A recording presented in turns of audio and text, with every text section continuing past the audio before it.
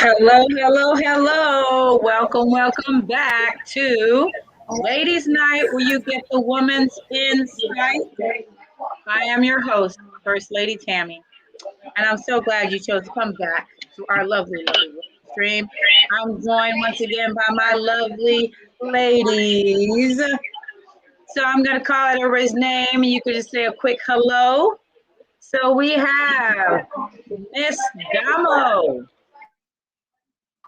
Hi. We have Miss Luann Love.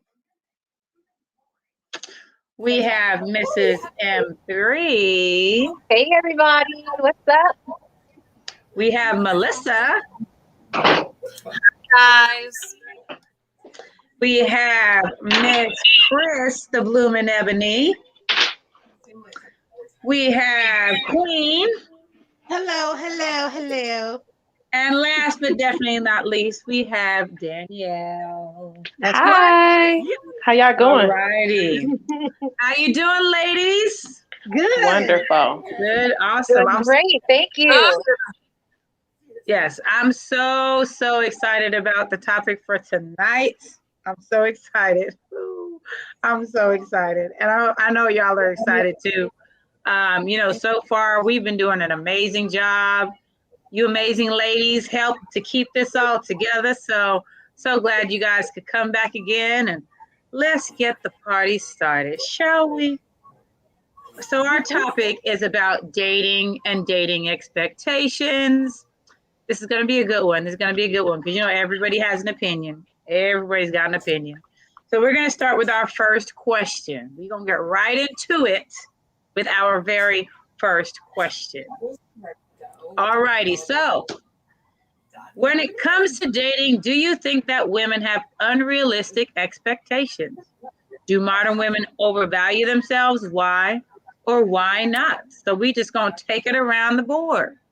Let's start with Kris, the Bloomin' Ebony. What is your opinion on this? How to make a motel business work? I do think women have unrealistic expectations. I don't think necessarily they overvalue themselves in some cases. In some cases, they definitely do. I think the average woman overvalues the parts of themselves that men don't necessarily value. And so they go forward with those parts, and the men aren't really interested in those parts necessarily. But yes, I do think that women can have unrealistic expectations as far as like physical appearance. It seems to be really, really big for a lot of women. You know, they want their man to be like at least 10 inches taller than them in some cases. And I think that sometimes can limit their options. So short answer, yes. Interesting. Okay, I like that. I like that answer. Mrs. M3, what is your thoughts on this question? Oh, you're muted, Mrs. M3. Oh, there you go. I think well, in general, I come from a lens of lead with kindness. So when it comes to a woman's worth, I think, you know, it's possible that they do overvalue themselves, but learning what's looked for, like Kris was saying, that's the key, because, you know, they might value themselves because they have a job, but when they become a mom, there's going to be a time where they have to, you know, take time off from work or what have you. So that's, you know, guys probably look at that as, you know, okay, you have the job, but, you know, maybe I don't want my wife to work or things like that, or significant other, because not everybody gets married. But yeah, I guess so. There are cases where we overvalue ourselves. You know, there are also women that undervalue themselves, and they, you know, wind up with people that treat them less than kind. So I guess the jury's still out for me on that. Okay, thank you, Mrs. M3. Thank you very much. And Knowledge and Relationships is tuning in to our lovely, lovely, lovely stream, because you know they love us. Everybody loves us because we're amazing. Yes, so we got Mr. Hall of Fame. He's giving a shout out to the ladies. Thank you very much, Mr. Hall of Fame. Definitely appreciate that. Lou and Love, what are your thoughts? Because, you know, I am all for, you know, women's rights and for us to feel as comfortable as possible. I don't think that we could overvalue ourselves enough. I think we have to be our own self-advocate every single day, every single minute of the day, because some of us do have children. Some of us do work long hours, and sometimes you forget. So I think that it is important to love yourself enough, you know. So those days that you don't feel good, those days that you don't feel like waking up, you still know that you at least love yourself. Nice. I like that. Thank you, Mrs. Luann. Thank you very much. All righty, Damo, what are your thoughts? So I actually agree a little bit with Luann and with Mrs. M3. I do think that a lot of women undervalue themselves, which kills me. I don't know why, but I think that it might not be a situation of undervaluing or overvaluing, but more of a situation of misvaluing yourself. Like I say all the time, if you know you're not a Beyonce, you know, why are you expecting, you know, to date a Jay-Z, if you know what I mean? So it's like, if you can't keep a job, if you know don't take care of your hygiene, if you know don't do a lot of things, then how could you expect to date the flyest guy, or you know, the guy with, you know, the good job, or you know, the good credit? Not to say that, you know, you have to be perfect, but I think that people misvalue, that women misvalue themselves, as well as men misvalue themselves, I think, way more than women.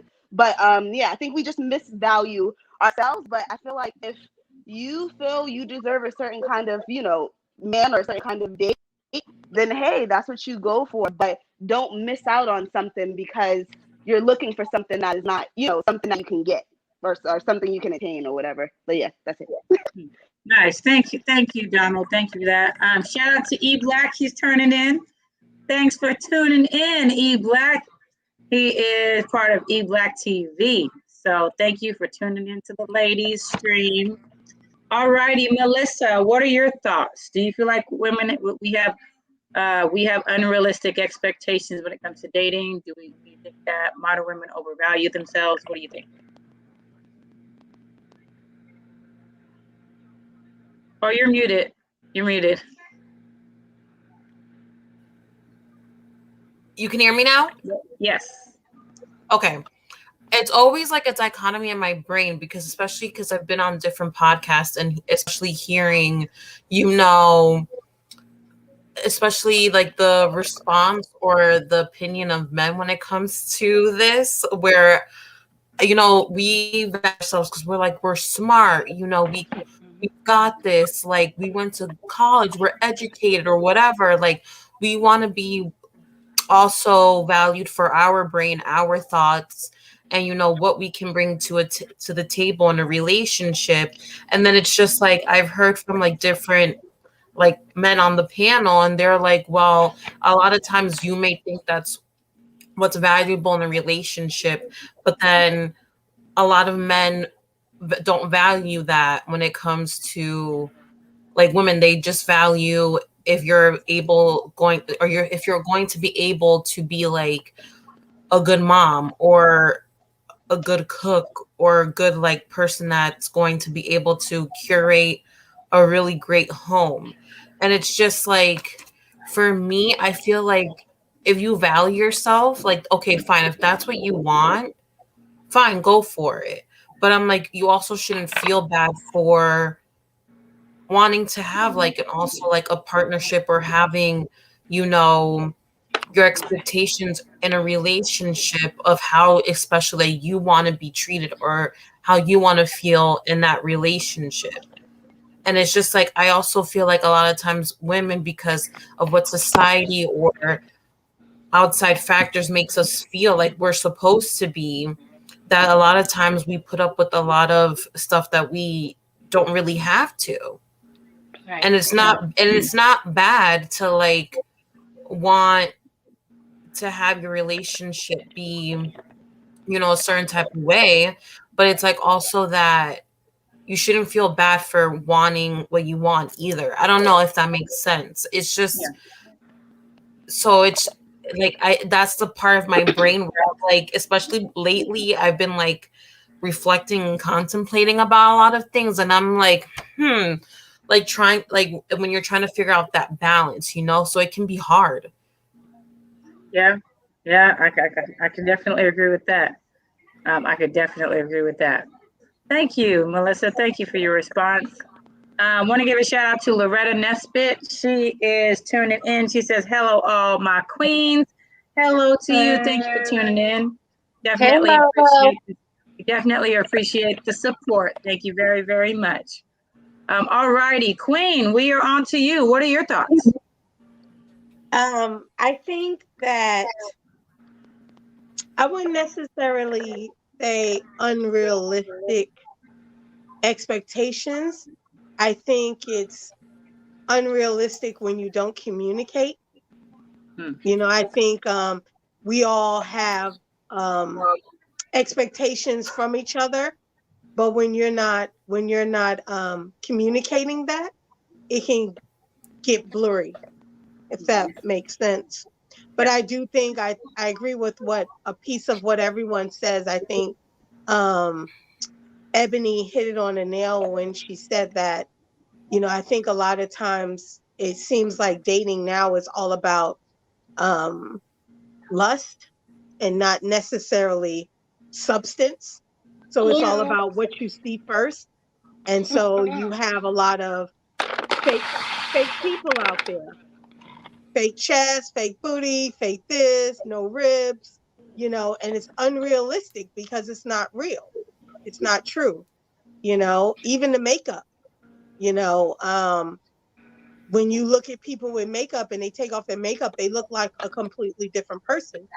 So it's just unrealistic. It's not even, it's just fake. So it's fake dating to me because you're not putting forth your true self. It's nothing wrong with enhancing yourself, but when you're completely altering who you are, what are your expectations? Your expectations are that you're going to deceive somebody to like you and then hook them, and then you'll show them who you really are later. So it's kind of like, I don't know if you ever remember that movie. What was it? I'm gonna get you, sucker. Yes, when the lady took off her leg, her hook, her eye. It's just fake. So it's unrealistic, but it's just not real. So yeah. All right. But I don't think it's anything with knowing your worth.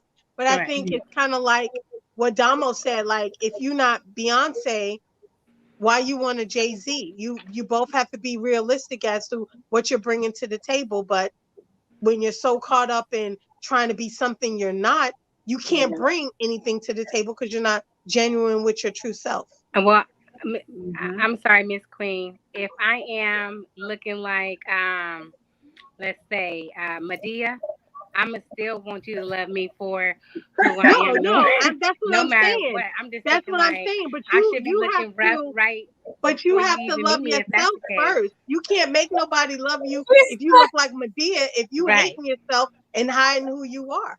That's true. That's what I'm saying. Like, don't pull off the prosthetic leg, later. I mean, No, what I'm saying is if I'm looking like Medea, I don't care. I still want a Jay-Z, okay?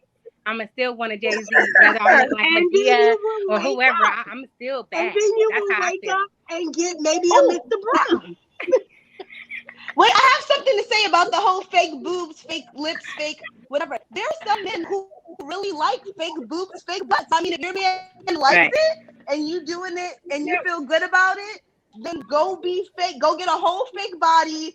Put your legs on, take them back off, do whatever you do, but do it because you like it, or because you have a good man and you're like, hey, boo, you like a little booty? I'm getting a little booty. Wendy Osef or whatever, the commentator, she just got new boobs and new butt, and then nothing changed about her. She still got a PhD. She still got all these degrees. And she still got a Right. husband. So Thank you. it just depends on if the man likes the fakeness, then get the fakeness. Me, I like to be real. So, There's a streamer, YouTuber named O'Shea Duke Jackson, and he just recently did a pod on how men are okay being catfish.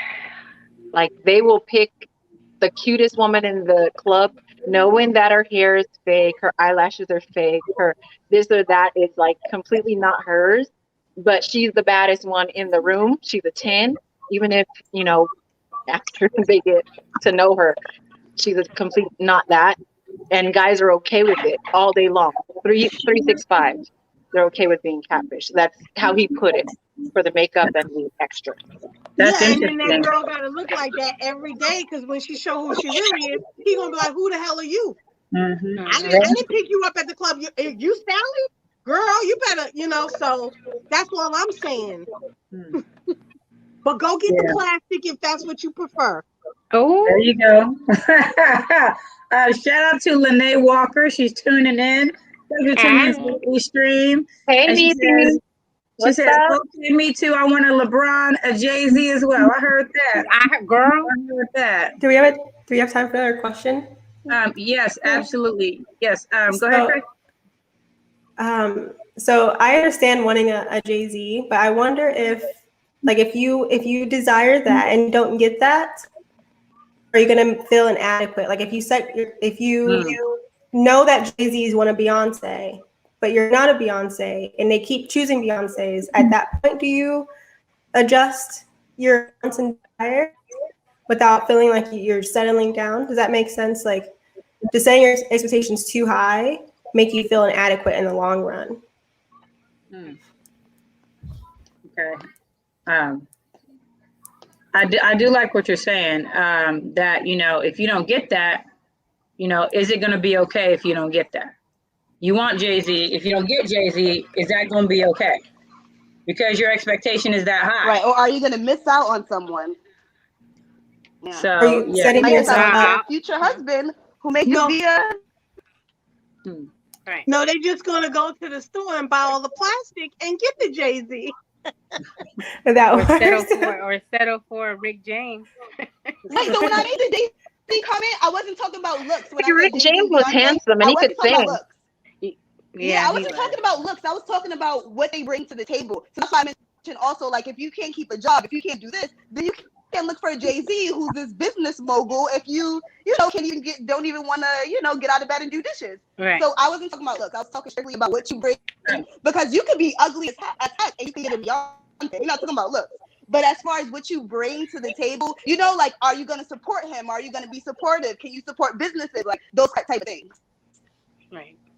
No, I hear what you're saying. I hear what you're I saying. agree. Thank you, Queen. Thank you very much for that. Danielle, what are your thoughts as far as dating expectations? Do modern women overvalue themselves? What do you think? Women are priceless. So I don't think that you can ever overvalue yourself.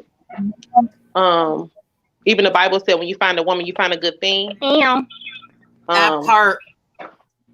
So I don't think it's that we overvalue ourselves. Most women that I know undervalue themselves, end up with men that don't deserve them. Exactly. So that has been my experience for women. But what I would say is, if you aren't getting what you want, then perhaps it's not about your value, it's about how you choose. You need to choose a person that's going to treat you the way you want to be treated, period. If you are a good picker, then your value will never be too much or too little. You'll be right where you need to be. Thank you for that, Danielle. Thank you. I like what everybody's saying. I really, really do. And then people are having comments. So Lene says she would not feel inadequate. I do have to find who is for me and loves me. I definitely agree with that for sure. Loretta says, I agree with my Calef. Oh, Mr. Hall of Fame. You are what you attract. If you're making six figures lifestyle. And then he says, remember that a high profile people come with high standards and a high price tag. Interesting. Not every female is a woman. Not every male is a male. Not every female is a woman. Not every male is a man. Very interesting. Thank you for those comments. Okay, so my thoughts. I think it's about being honest with yourself. And like everybody's saying, knowing what you bring to the table. And if you're not bringing nothing to the table, you need to be mindful of what those expectations are. So, because recently I saw a video where there were these women that they were saying, I would not marry somebody who makes $50,000 a year for the rest of their life. I want someone who makes six figures. That's a nice, desire. Six figures is nice. At one point, one woman said she wanted someone who made $275,000 to $300,000 a year. That's a great aspiration. It really is. But you got to be honest with yourself. And, I do feel like sometimes some women, they do overvalue themselves when you're not in a position to really have that type of value. So I think if you are somebody who is not doing anything for yourself, because there are women like that. There are women that just don't want to work. They just want to be taken care of. And there's men out there that will take care of you. But you want to have something to bring to the table. You want to have something that you can say is amazing about you, something that makes you that unique, that you're going to be appealing to somebody. So, I do think there's a difference between being picky and having standards. For me, and I don't know who else would agree, but for me, picky is more on the materialistics or the superficial side, where standards are not superficial. So picky is saying something, I want somebody this tall, this weight, this income. And the thing about it is, you don't even know if the person that's meant for you would even fit that. And so if the person meant for you, let's say you say, oh, I want somebody who's 6 foot, who makes, six figures, who, works out at the gym every day. Let's say you have someone that's in your life that's a really great person. He's just a friend, but he might not be 6 foot. He might not be making six figures, but he's a hell of a person, and he just treats you like a queen, even in being friends. It's like you're going to pass that person up because he doesn't have those exact things that you are expecting him to have. And so I think you have to be realistic and know that there is a difference between being picky and having standards. There's nothing wrong with having standards. There is something of a little bit, I would say, a disconnect when you are so focused on the picky side of things rather than the standard side of things. So when it comes to expectations, be realistic. Be realistic about what those are. There's nothing wrong with valuing yourself. You absolutely want to value yourself. But you also want to be realistic, because if you have certain type of expectations, that person may not even, you may never meet that kind of person. So you have to be, you can have expectations, but be open to somebody who might not meet all of those expectations. So know that there may be somebody out there that, you know, they might not be 6 foot, but they might have all these other qualities that might be really good qualities that makes that person, you know, husband material. So I'm just saying, you gotta be open to not just somebody who's that specific height, that specific income. I mean, because, you know, there might be someone say, oh, you know, I won't date someone who doesn't have a college degree. Well, I mean, there's plenty of really good jobs where you ain't got a college degree and you making real good money. So you have to really, sometimes you have to modify what those expectations are, because just because you don't have a degree doesn't mean that you don't have a really good career or job. Just saying. So you gotta leave it open. You gotta leave it open. So shout out to A Unicorn Ward. Thanks for tuning in. Unicorn says, I've been in unbalanced relationships and non-standard relationships, and now I want different. See, that's what, and I, you know, and I hear what you're saying. He says, I'm not here to be taken care of. I'm looking for growth and partnership. And you know, that right there is a statement of maturity. That I feel like is a statement of maturity, is that, you know, you're looking for growth and partnership. You're not looking to be taken care of. And that's the thing, is that, you know, when you are in these unbalanced relationships, when you are in the standards aren't matched kind of relationships, it may or may not last, you know, and if it does last, how long is that going to last? So Right. When it comes to dating and who you choose, you need to be realistic about the kind of person you're looking for. And you have to look at, like, is this somebody who long-term, that's going to be, if it turns into more than just you're dating this person, is this going to be something you can see, is it going further than that? And if it's not, then you need to really evaluate, what are you really looking for? Because you might be looking for something that's just, you know, for the moment, but if you're looking for long term, you know, it's about reevaluating what you're looking for. Shout out to DJ Eddie King. He's turning in. Thank you for tuning in, DJ Eddie King. He says, up, what's Mr. up, ladies? Perfect? He says, what's up, ladies? Hey, All righty. Thank you. And then Luann, you had your hand up. Did you want to add something? Yeah, I just want to say I'm sorry I am one of those picky ones, because if you are not this tall, then you cannot ride this ride. You know what? I'm just saying. What? I'm already short, so I don't want another short person. I mean, that's not, I don't feel like that's picky, because I don't want a short person. I don't care how good you are. I don't care. No, I don't want no short person with no short feet and no short hands. I don't want it. Sorry. Don't want no short man. Oh, see, y'all, I'm about to have. Wait, okay, so you said you watching, so I can't get on like that right now. Wait, so you said you would date someone who's 6 foot. So if they don't have to be 6 foot, but they need to be taller than 5'3". Okay, so but that's the thing, is like, that's not, it's like when we're talking about height, you're not being specific, because there are women that are very specific in certain things, which, you know, I mean, you know, hey, that might turn out to be the great person that you're looking for. But there are more than those superficial things that are, you know, worth looking into. So, right. DJ, we all know what that is, ladies. Okay. He says, Loretta Nesbitt join the team whenever she's ready. Yes, you can. You can definitely join the team if you'd like. So nice job, ladies. I like those responses. Does anybody have anything they want to add before we move on to our next question? Oh, yes. Melissa, yes.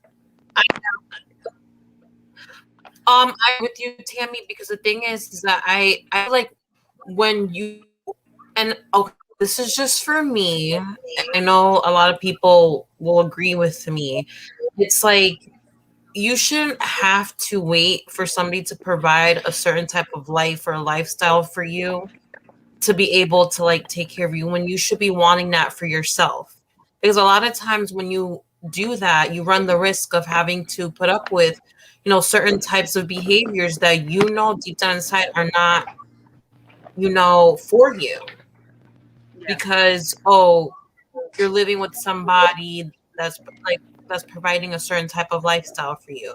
So in that regard, I completely agree with you. Thank you. Thank you very much. I will say that money doesn't always equal happiness. Just saying. Exactly.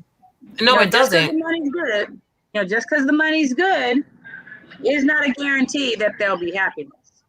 Just saying. So if you're looking at it from a financial, it's nice when, those finances are taken care of. But you don't know what's going to come with that financial stability. You don't know what's going to come with that. So be very mindful of your choices as far as what you're choosing, what those standards are, if they include the financial aspect of it. There's nothing wrong with wanting financial security along with other things, but what I'm saying is, shouldn't be your top focus. That shouldn't be the top focus of what you're looking for.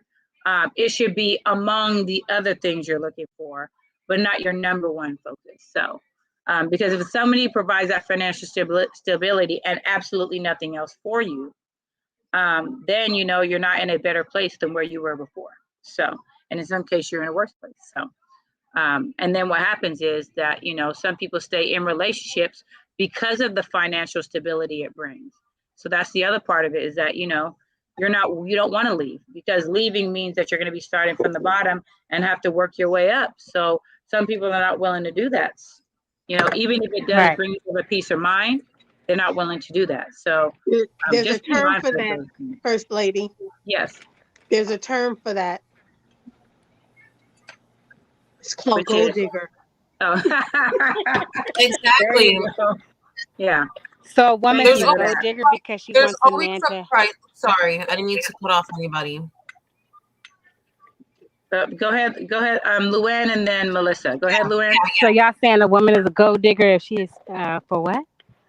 So if her number one focus is to be taken care of financially, and that's all she's looking for, then yeah.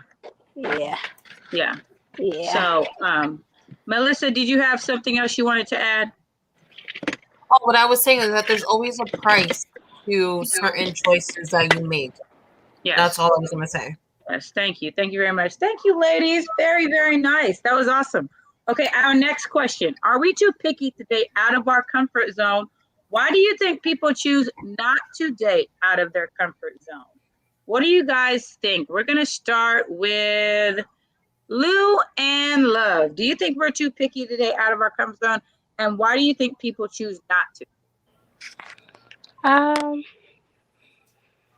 No. Again, I just feel like you know what you want. And if you're not getting that, then it's not your fault. It is not your fault. That means you just let that piece of fish go back into the sea. You just take your hook and you reel up another fish. You keep going until you find the fish that belongs to you. That's how I feel. Like, if I don't want no catfish, I'm gonna go to red snapper. So I mean, that's just how it is. Okay. And I'm not gonna feel bad because I don't want you. So you shouldn't feel bad if you don't. That's just, I'm not gonna feel bad. I like that response. I can't even say it. I like that response. Damo, what do you think about dating outside of your comfort zone?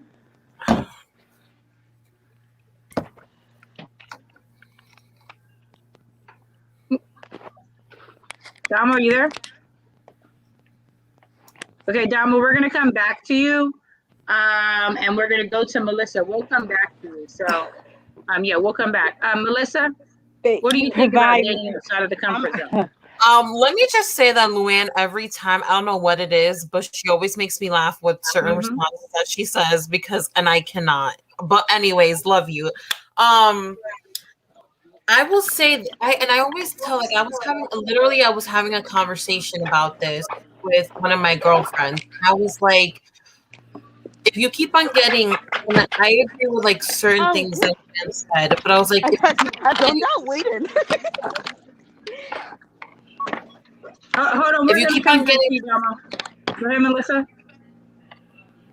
I was like, if you keep on getting the same outcome of in your relationships back to back, sometimes you have to do like some self-reflection and really look into yourself and be like, why does this keep on happening? And a lot of times that, I feel like, especially in minority groups, are like, oh, we need to stick to just dating like this man, or it has to be a black man, or we have to stick with the Spanish man, or we have to but when you hold yourself into that type of like mentality, you can be blocking a lot of blessings that can be coming your way from, like, again, like you were saying before, Tammy, that a blessing that can come in a different package that you weren't expecting. So I just feel like we have to be very careful of, having, when it comes to stuff that matters, yes, you want to be with somebody that's financially stable and is going to be able to be a partner where you guys can build a life together. And obviously, like, respectful, loyal, treats you great. And that way you treat them the exact same way that they're treating you. I'm not saying that you have to settle when it comes to that. But when it comes to like these big lists that a lot of times, like, I feel like we put the pressure on ourselves that we feel like we need to have in a partner, that it's just like, then we're setting ourselves up for disaster.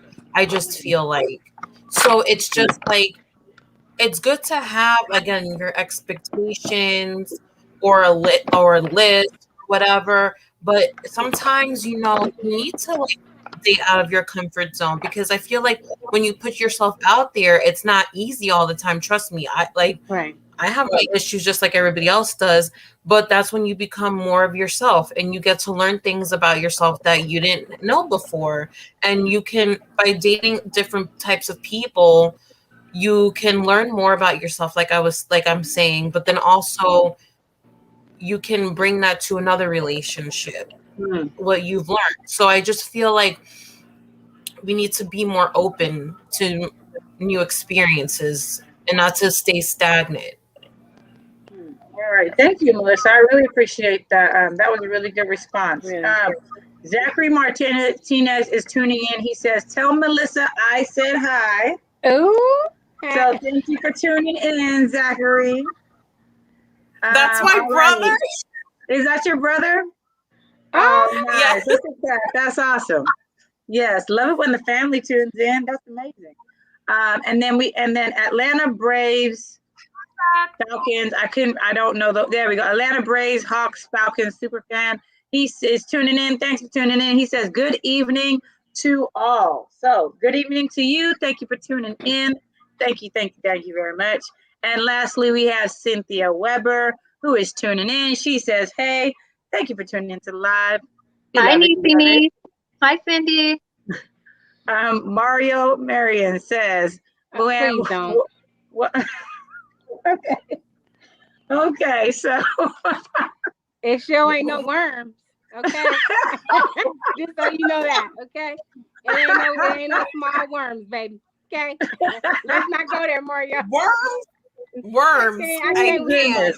I can't. I love it. Okay, Dom, are you ready? No? Okay, so you there, Dama?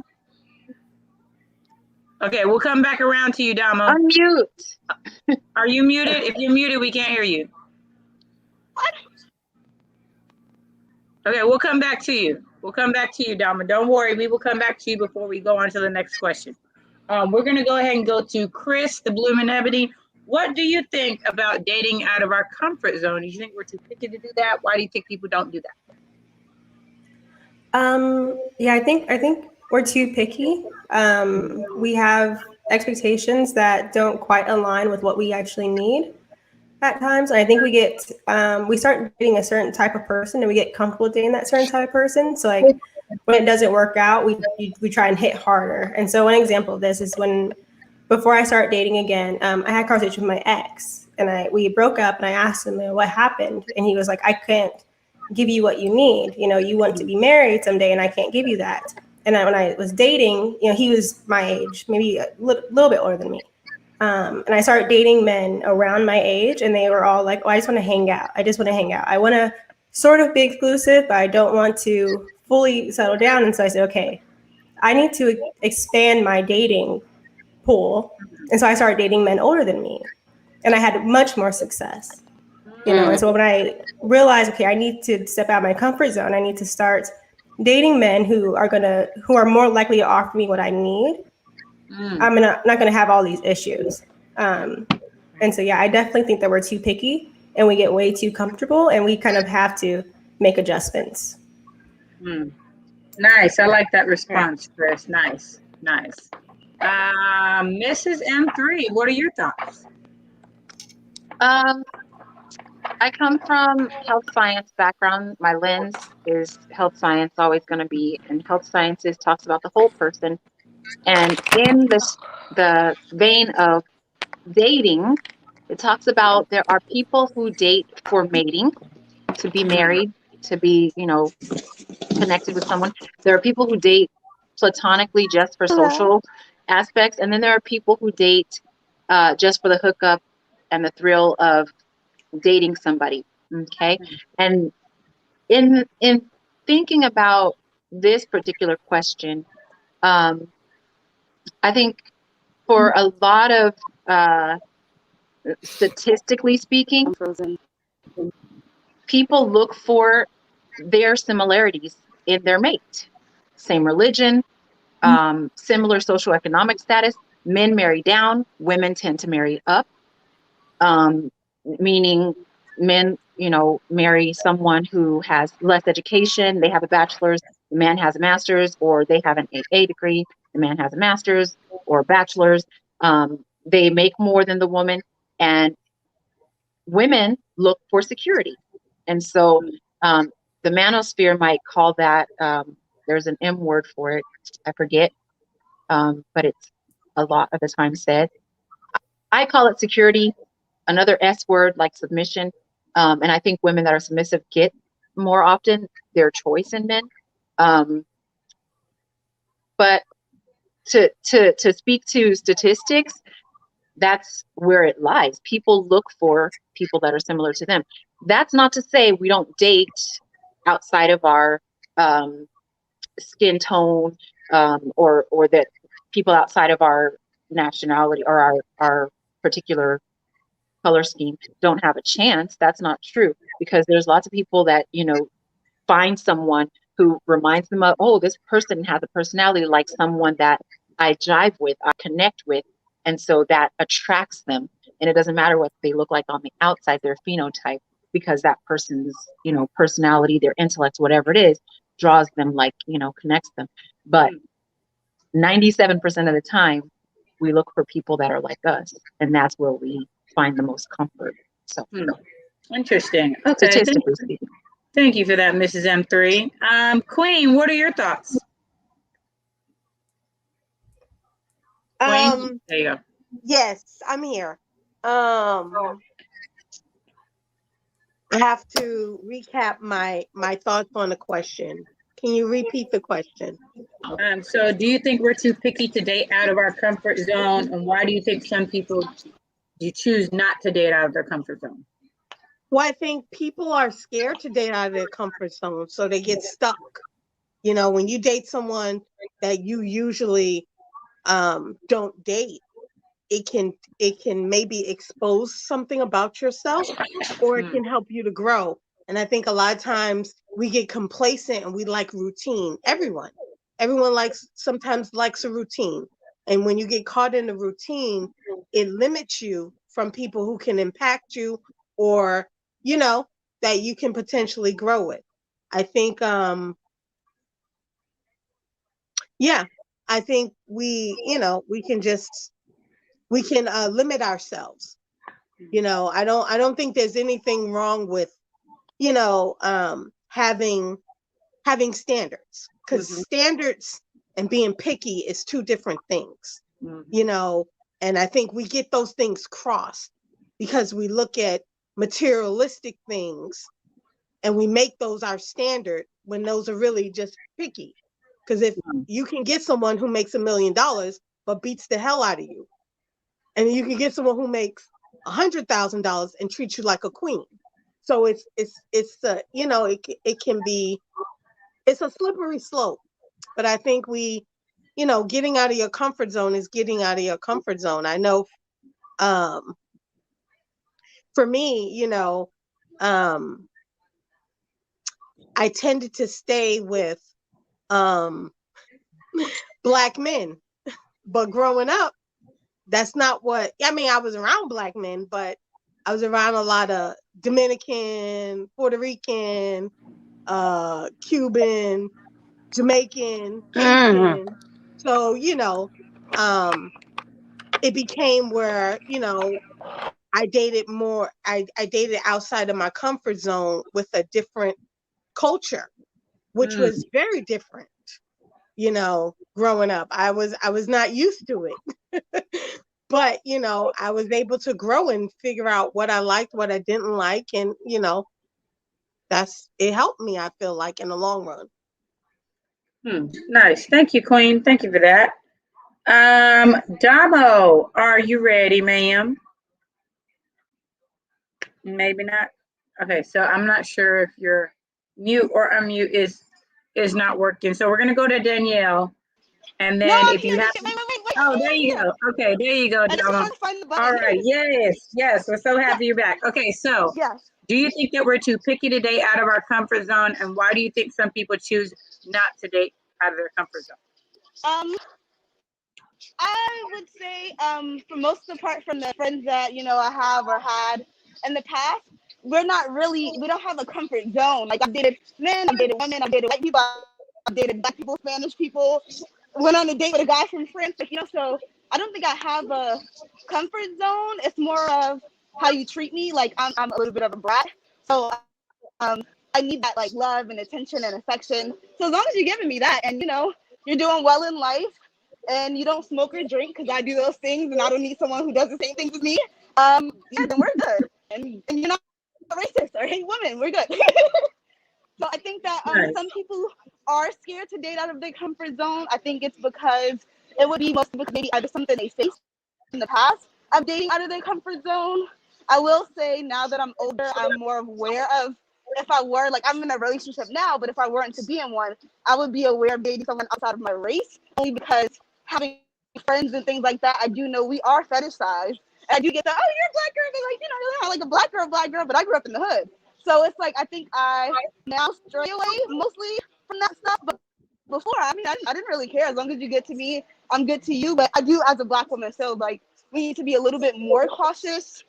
Just because I have friends from different races, I know what they think. I know there's a vote. It's not everyone, but some of them do. So, that would be my only thing. Yeah, and that's it. Nice. Awesome. Thank you, Damo. Thank you for that. And then we have Danielle. What do you think? What are your thoughts, Danielle? I don't think that we're too picky to date outside our comfort zones. I think we're too comfortable to date outside our comfort zone. I agree with Queen. I think if you did date outside your comfort zone, it could expose some things to you that perhaps you're not aware of, and maybe not even wanting to be aware of, or that you are turning a blind eye to, that they might point out, and that's not something that you may want. I think that fear could keep you in your comfort zone also. Even though you're not getting what you wanting from who you desire, or the type of man that you desire, that's still what you desire. So we have a fix-it disease, and we like, well, this is who I want, so I'm gonna try to find one that's like this, but try to fix him to fit me right. So, I think that that's what it is. I don't know if that's picky. I think it's, they say if you do the same thing over and over again, it's insanity. So maybe that's what it is. I'll write notes as people are talking, because I like to, like, pick out the things. I like what everybody's saying. I like to pick out certain things. So, before I begin, Loretta Nesbitt says, I agree, because we choose to lean towards what we know than what we choose to learn about when it comes to dating outside comfort zones. And I can definitely agree with that, because that's more of the familiar. And the unfamiliar, as people have said, is scary. So we'd rather not go to the unfamiliar. I like what you said, Danielle, as far as the fix-it disease.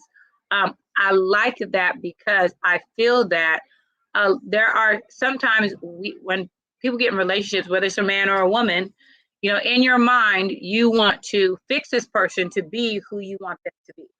And you're not thinking that this person may not ever be that.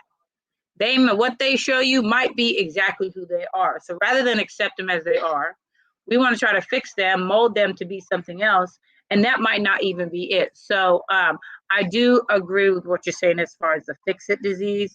I do also like what you said as far as we're too comfortable. We're too comfortable. Not that we're picky, but we're too comfortable to date outside of our comfort zone.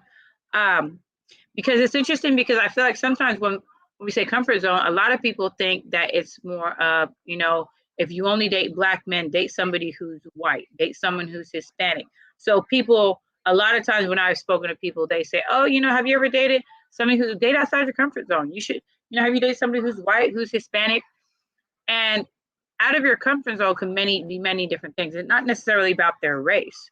It could be about the fact that you've only been dating people that are 6 foot. Like, come out your comfort zone and date someone who's a little bit shorter than that.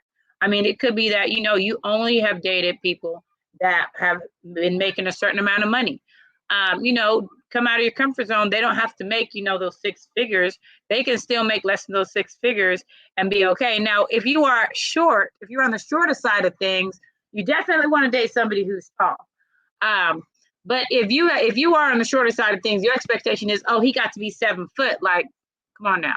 The likelihood you can find someone who's 7 foot, I mean, it's a nice aspiration to have. But you know, even the 7 foot, you can lower it down a little bit to the 6'5", and they can still be taller than you.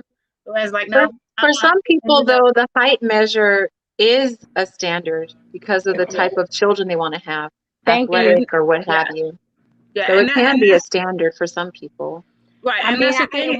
what's the problem of setting like saying what you want in a man? So aren't we supposed to say it out loud? You know, I want a proud Black man. I want him to have dreads. I want him to look like Jesus. I mean, why we can't say that? So this is the thing, is that, let's say you say you want to, let's say what you just said, you said dreads, right? And what else did you say? I just said, why we just can't say we want a man that looks real good, you know. Okay. You looks know, good. maybe Has he look, you dreads. know, he looks so good to us. He looks like Jesus. You know what I'm saying? You know, the Black Jesus. Okay. You know, I mean, with you know, I mean, yes. And somebody said, well, what are you bringing to the table? We women bring a whole lot, so there's not about what we bring to the table, because when we come to the table, a lot of us are going to have it. So let's say your thing is, okay, I want someone who's 6 foot, and I want him to have a good job, and you know, he looks so good, he looks like Jesus. You want all those things. Let's say he has all those things. Okay. But what if he beats your behind on a daily basis? So that's the thing, is that if you pick people and your only thing is, I just want this, and you don't leave yourself open to possibly there being somebody, I mean, maybe he's not 6 foot, maybe he's not 6'5", maybe he's 6 foot. So that's the thing, is like, I feel like we have to leave ourselves open to somebody who is out of our comfort zone, that may not fit maybe one of those things, but fits all these other different things. And that's why I think people have to be very careful what they ask for, because I know people that will say, oh, you know, I asked God to send me this person, and oh, this person is great, and then, you know, God answers that prayer, but there's so many other qualities about them that are not a good fit. And the thing about it is, you ask God for this, and then even when you're dating somebody, we ask God, you know, give me a sign that this is the right kind of person. Give me a sign. And what happens is God gives you a sign, and then even though you know that's a red flag, you say, you know what, God, I know I asked you for that, but I don't know. I don't think that's a sign I asked for. I don't think that's quite it. So I'm and then go you throw it back in. That's what I said. What I'm doing. I know I asked for a sign about this person, and I know I asked for a sign, and I know he beats my behind, and I know I asked for a sign, but I don't think that's quite the sign that you were trying to give me. So I'm gonna keep this going to get that real sign you were talking about. And it's like, I feel like, and I, you know, of course I can speak for him, but I feel like he gets to a point where it's like, okay, you know what? I done gave you all these signs, you ain't paying attention. Go ahead and handle it yourself since you think you know better than me. Tammy, And there's then, nothing wrong. things will There's turn out nothing right. wrong. Yep.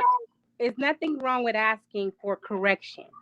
So you get the man of your dreams, and it's some flaws because everyone's going to have some flaws. I'm not saying it's your job to fix him, but you can then say, if you're a spiritual person, then that's when you get up on them knees for something else and start praying about, I know you guys, if you guys ever seen that movie called The War Room, she got exactly the man that she wanted. Okay, exactly the man that she wanted, Tammy, and he beat her butt. But instead of her leaving that man, she went into her war room and began to pray, began to re-pray to God. This is what I want my man to be like. And sometimes we do ask God for a man that is not what we actually need at that particular time. Doesn't mean that we shouldn't have him, but now we have this man. We don't want to leave this man. What do we do? If you do believe in, prayer and God, then you will then go ahead and pray to God to get this out. Or you say, you know what, let me throw this catfish back in. Let me get my red snapper. I mean, you have that choice to always throw that fish back in. You are very, very right. You have a choice. But the thing is that there are some people that they don't make that choice. Let me make this plain to you, Hall of Fame. I can't tell you what I bring to the table. Luann, hold on one second. So there is some people that don't make that choice to throw the person back, even though they getting all these red flags. They're still choosing to ignore those red flags, right? Because they don't want to throw that person back. So you have to pay attention to certain things and be careful what you ask for, because then, oh God, why does this person in my life, why is he doing this? And it's like, well, this is what you asked for. This is what you asked for. So but you didn't ask for the beating. I gave it you to didn't you. ask for somebody to beat you. But that's the thing, is that you ask for certain things and they have those other things, but then they have that extra thing that you wasn't asking for. Listen, so I'm just saying. Listen, Tammy, hold on one second. They try to mess with me. They try to come for me. Hold on 1 second. I'm gonna get back to you. So, Queen, when you were saying that about the routine and it limits yourself, I definitely think that it does. I do feel that when you choose, when you're dating and you're dating the same kind of person and it's just not working, and it's the same kind of person, same results, you might want to consider dating out of your comfort zone. Because if you're dating the same kind of person, they have the same kind of look, the same type of, personality, and it's the same repeated thing that's happening. That's why you have it where some people say, I don't know what's going on. I keep dating this kind of person. It's like, you need to take a look at that maybe that's not the kind of person that you need to be looking for. Maybe you need to try something else, because you might try something else and it might be better for you. So there are people that step out of their comfort zone and they do meet somebody that they didn't even consider for. That's why you have it where you say, people say, this was somebody I didn't typically date. And then you finally choose to date that person, and all of a sudden things is great and love. That's a beautiful relationship. I mean, it doesn't happen for everybody, but there are cases where that does happen. So, dating out of your comfort zone is not necessarily just about race. There are different aspects to dating out of your comfort zone. It could be income. It could be, sometimes height is non-negotiable, and that's fine. But there are other things that can be negotiable. You can date someone who's outside of your race. You could date someone who is who makes a different amount of money than what you're used to.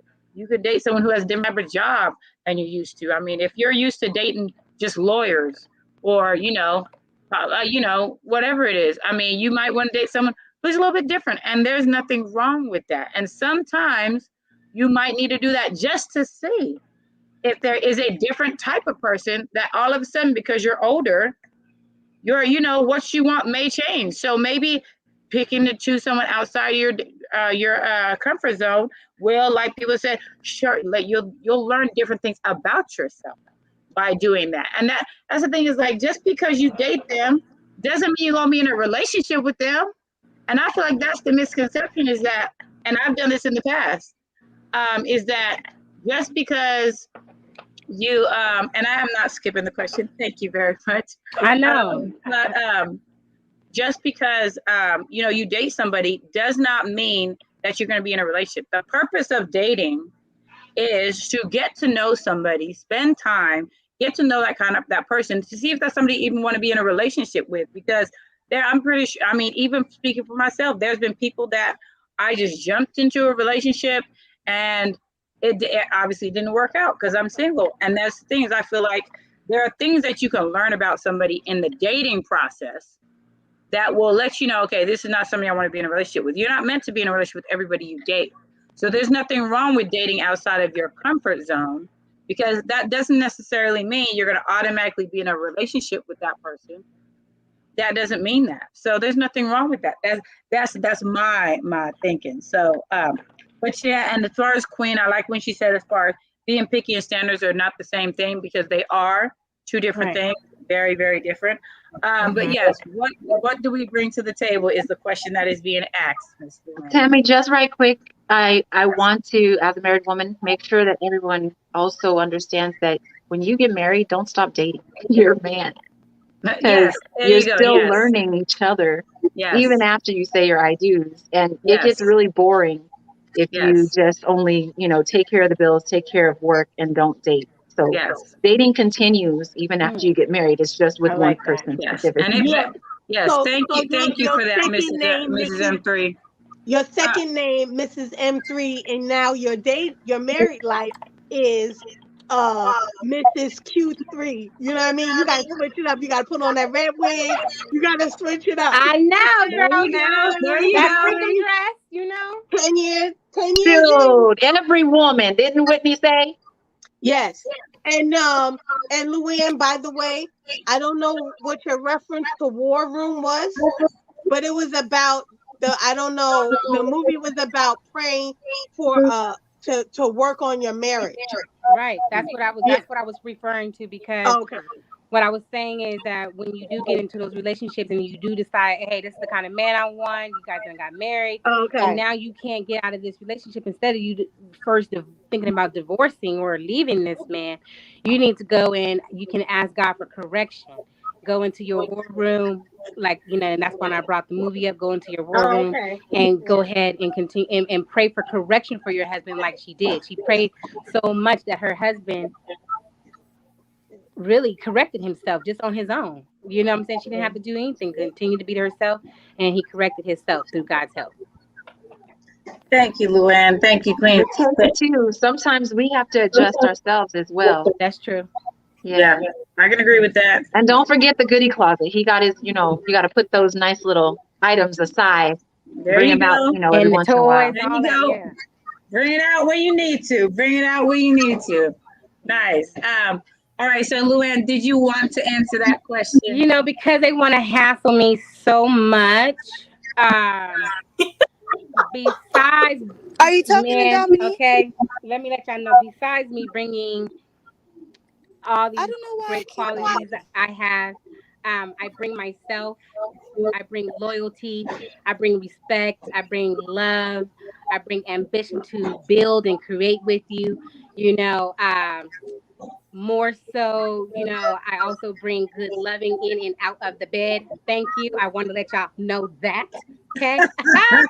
All right. As well as I would bring God to our y'all know. as well. More so, I bring patience, because y'all know we all women need patience to deal with these knuckleheads. It's like children. Yes. Do y'all want to know more? Let me let you know a little bit more, honey. Not only do I bring the most powerful thing, which is myself and my sense of humor. That's what I bring. Okay. Any more? Thank you, Luann. Thank you.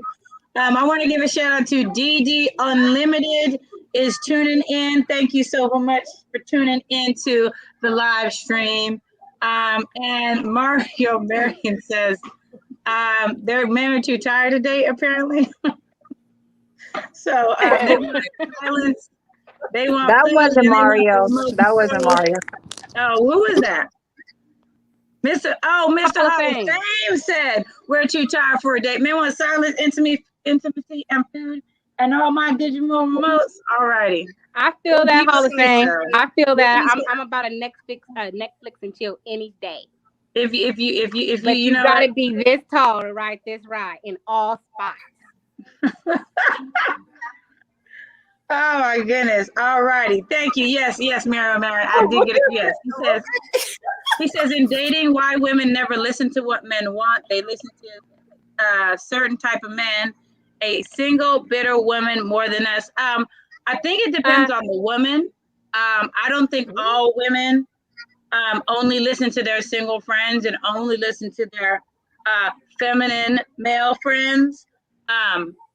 I think there are some women that, they don't necessarily talk to a man about it. I do think if you want to know what a man wants, you should find out from a man what he wants rather than assuming that you know what he wants.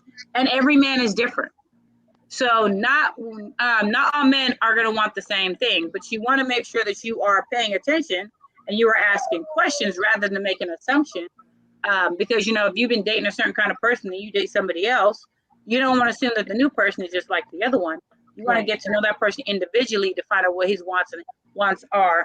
And then lastly, before we get to the next question, Mario Marion says, but men will tell them and they be like, nah, what you need. Well, that's a matter of her not listening. Right. If a man tells you what he wants and you choosing to ignore it, then you obviously don't want to hear what he wants to say anyway. So that's not somebody that he should choose to date. And so let's not get on the fact about the kind of women that some of these men be dating, just saying that, even when she says that, he still ain't hearing it because all that outside is looking too good for him to just push that to the side because she ain't hearing what he's saying. So, so let's do that. But lastly, I like what you said, Kris, when you said about dating someone for what he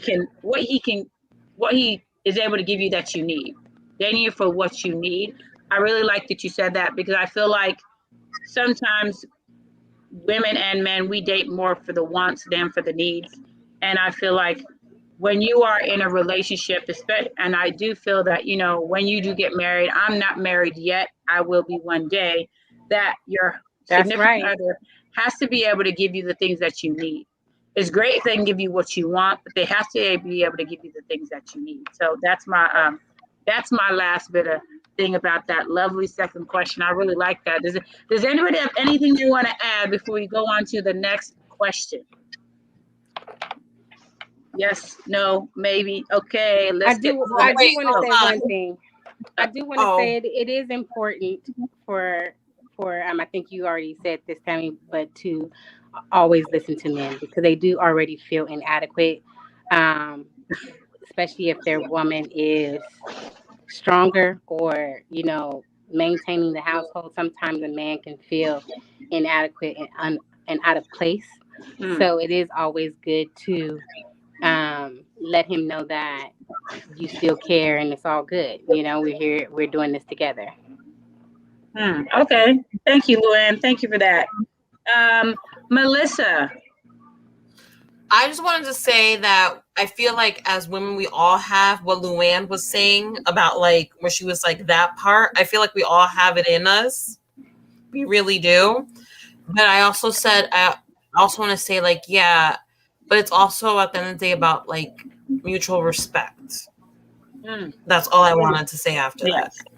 Yes. Thank you, Melissa. Thank you very much. Okay, so does anybody have anything else they would like to add? DD Unlimited says, hey girl, hey to all the ladies on the panel. Hey DD, how's it going? Mr. Hall of Fame says, listening is a factor of being submissive. And he says, inadequate, wow. LOL. 2 ears, 1 mouth, huh? Yeah, you are supposed to listen more than you speak. So that is and I feel like some people don't listen as much. They do a lot of talking about not enough listening. And there is a difference between listening and hearing. You might hear what somebody's saying, but are you truly listening? So that's a whole nother thing. So we're okay. So we can go ahead and get to our third question, And by the way, if there's anybody who would like to join to also give their feedback, you are more than welcome to after we do our third question. And keep those questions coming. We're loving the questions. The link is down there. If you would like to be a part of it, you are definitely welcome. But other than that, we're going to get to our third question. We are moving nicely, ladies. All righty. Is it okay to have sex on the first date if you're both feeling each other, or is it still taboo? This is a very good question. I'm looking forward to hearing all the responses. We're going to start with Damo. She has her hand up, and then we're going to take it around the circle. All righty, Damo, what do you have to say? Oh, you're muted. We can't hear you, love. Oh, okay. I was going to say everything was perfectly fine, and now when I go to answer. Okay, so I would say it depends. I've never slept with first date, but I have been very close to it. The one I was with, that I'm with now for 3 years. But I would definitely say it depends, because sometimes people can have that first attraction. I don't think everyone thinks that it's taboo to sleep on the first date. I don't think that there's anything wrong with that. I just think that you need to know the person. I do think you need to make sure you're using protection, because I am the type of person that let's see results, before you even get to that. But yeah, as long as you're protecting yourself and you feel like you know this person and you're ready for them to not want to be with you, maybe if you had, slept with them on the first night, then cool. But I know relationships that have lasted and people that have gotten married and they slept together on a one-night stand and then met each other weeks later. So yeah, I think it just depends on the person and your situation and how you go about it, but just be careful and protect yourself. That's it. Nice. Thank you, Damo. Thank you very much. I'll speak on it. Who said that? Oh, Mrs. Miss M3. M3. Hey, y'all. So, honest to goodness, I believe a woman that's respectable is not going to do that. However, there are women who find themselves in that situation and they decide to go for it. I personally, I have to speak for myself, wouldn't do that. But there are women that do that, and even maybe in their mind, because personality is different than personal identity. That's always something to hold in mind. They may see themselves respectable and all those things, but oftentimes when you give that part of yourself, women emotionally attach, and guys, it's just sex. In regards to, I just met this person, and there's a whole line of women I've known my whole life that I'd rather be married to. So it goes back to that lens in, socially. Are you dating to hook up? Are you dating for a mate? And if you're not dating for a mate and you just enjoy one night stands, that's something altogether in its own lane. If you're looking for someone that you want to marry and spend your life with, those are the type of standards that would lend you to get to know the person before you give your body to them, just because we're wired to be emotionally attached. That's all. Thank you for that, Mrs. M3. We have a lot of comments coming through. So Loretta had offered a comment that I'm going to read. It says, it depends on the persons involved. The culture sometimes deem that as being loose, for lack of better words, but it's a part of being grown and accepting your decision at the time. I do definitely agree with that. If you make that decision, you're going to have to accept the decision that you made. Never do anything you think you're going to regret. Anyway, thank you for that, Loretta Nesbitt. Mr. Hall of Fame says sometimes it takes one night to get it right. And that's right, baby.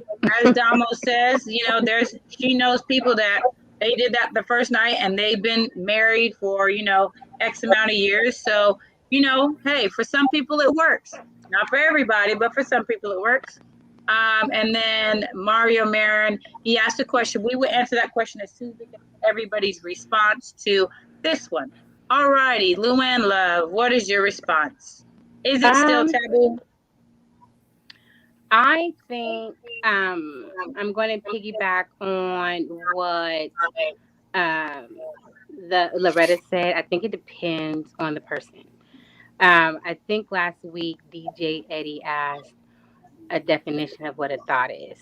And I think it depends. I'm not saying that a female who have sex on the first night is a thought by any means necessary. Personally, I've had a one night stand and I thought it was great. It was something that I wanted. I didn't want him, and it was awesome. It was awesome, great sex. And sometimes you just feel like that's just what you want. So, and I think that it's about you being like she said. I think it's about you being respectful. I mean, we are responsible, protecting yourself, and also knowing that this may not end, as a relationship. So it's about what you two have identified what you're ready to do tonight. Do I think that she is loose? No. Do I think she's a hoe over there? No. I mean, I feel like she's shit. She feels like I want to get a nut. Why not get it cracking? So I feel like sometimes that's what women want. You don't want a relationship. You just want to find a quick booty call, get it over with, and let it be on. Is that wrong? Nope. Because if I need it, I'm getting it straight up. Thank you for that, Luann. We always appreciate especially if they smoke. Especially if we smoking, we having fun. Okay. Oh goodness. Okay, so Melissa, you ready? 'Cause I see you cracking up over there. I love it. We have a guest. We have a guest. We have a guest. Hello. Hey. Welcome to the stream. Welcome to the stream. Okay, so I don't see your name pop up. So you are. I am Brittany Raji Albert. All righty, Brittany Raji. Welcome. Another beautiful lady. So nice to have you join us. I'm definitely going to get to you, my dear. Definitely, for sure. Melissa, what are your thoughts? Okay, I feel like, especially as female, you want to have control over your body, and it's like it's at the end of the day, it's whatever you want for yourself. So again, I feel like everything is situational. Like sometimes things happen beyond your control, and then you're like, "What just happened?" And then sometimes you need a certain need or want or whatever. But I also feel like it's I can't with you, man. I can't. And but I also feel like, especially as females, and trust me, like I know we've all had our experiences. I've had mine, and where you're okay with the situation, and another time you're not. It depends on the situation. But I also feel like as female, we have to like take care of ourselves, and also we have to look at our self-esteem, the way that we want to be like portrayed or carried out into the world. And I just feel like, yes, everybody should like be like female empowerment, do what you want, but also do it for the right reasons. Yes. Thank you, Melissa. And just take care of yourself. Nice. And I mean, just as everything is consensual, I mean, if you're dealing with another adult, I mean, it shouldn't be an issue. But it's just always protect yourself and take care of yourself. And again, also know what you're getting out of it. Like, again, like what Mrs. M3 is saying, what are your intentions? Is it just for fun? Or do you really want to build a lasting relationship with this person? And again, you never, like, the world isn't perfect. Like, you can try to date somebody for years and it's not going to get anywhere. And then all of a sudden you meet somebody off the street. And again, like, okay, it happens and you end up having an amazing relationship with them afterward. But again, it depends on the situation. But I will always say this, especially to like younger girls, like me being 30. And again, when I talk to like girls that are younger than me, I'm like, okay, just always be careful, because even though you shouldn't care about what society thinks of you, you have to protect yourself all the time. Yes. And especially you don't want to be portrayed in a certain light that you know that you're not.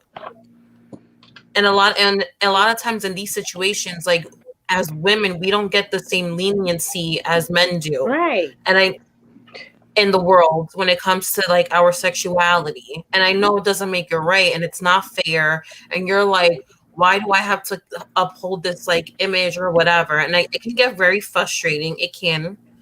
But again, you just like, again, I'm going to reiterate this. You have to be careful. And again, the world isn't perfect. Sometimes things happen, but I just want to make sure that, especially like the younger females out there, like not to do something just because they think that they have to. Right. It's because of what they really want at the end of the day. So like, it can be, there's different circumstances and different mindsets. And again, I just worry about like the mindset of like when some certain things happen. So just be careful.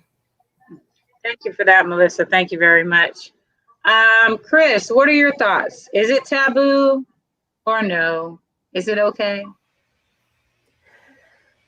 If I was talking to my daughter and I knew she wants to be married, I would tell her that it's not okay.